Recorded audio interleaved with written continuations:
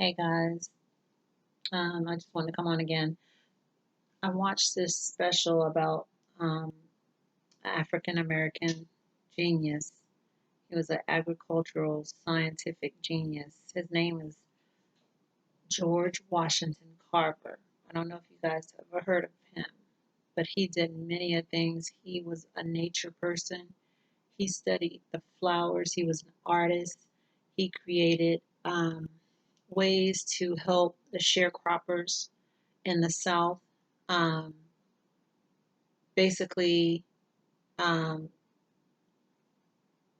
have a profitable crop of whatever they were growing, and it was because of the soil that they had in front of them to use was very dry, and so he helped them, flip the soil or show them how to um, do farming in the proper way so that the yields of the crops would be better each season. But he created a lot of different things. Some things just never made it into fruition, but he was a spiritual man more than a religious man, I would say. But he still, he still read his Bible and everything like that. But he was a scholar, and people really didn't um, get a chance to see how important he was. They don't tell us about that. Our children don't learn about George Washington Carver in their public schools, and that's sad because he's very important to our scientific world.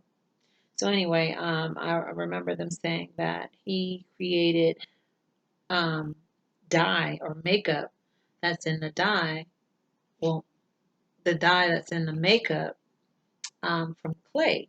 And so when I had bought this lipstick, um, I didn't realize that George Washington Carver was an inventor of makeup dye. So that's very interesting. If I can find the video, I will link it in my description box. So yeah, guys, start researching. Tell your children about the inventors. He also invented ways to yield peanuts and to have a profitable crop of peanuts and show sharecroppers how to um, pretty much make a living off of peanuts. So they called him the Peanut Man, but he was more than that. He could draw. He was enslaved.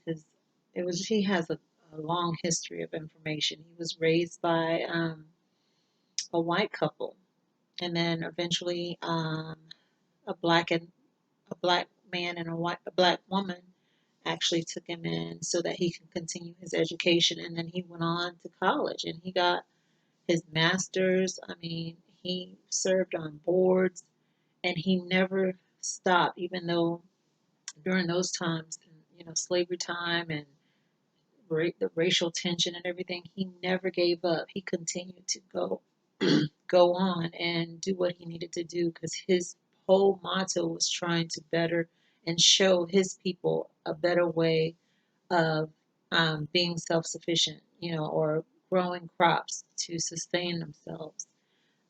So I really, really enjoyed watching his documentary, guys. So check check out George Washington Carver.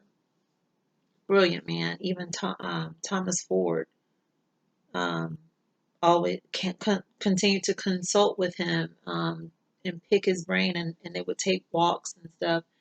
And I remember them saying that George Washington Carver, as he was getting older, he was living on the dormitory's second floor, and it was hard for him to walk the stairs to go up.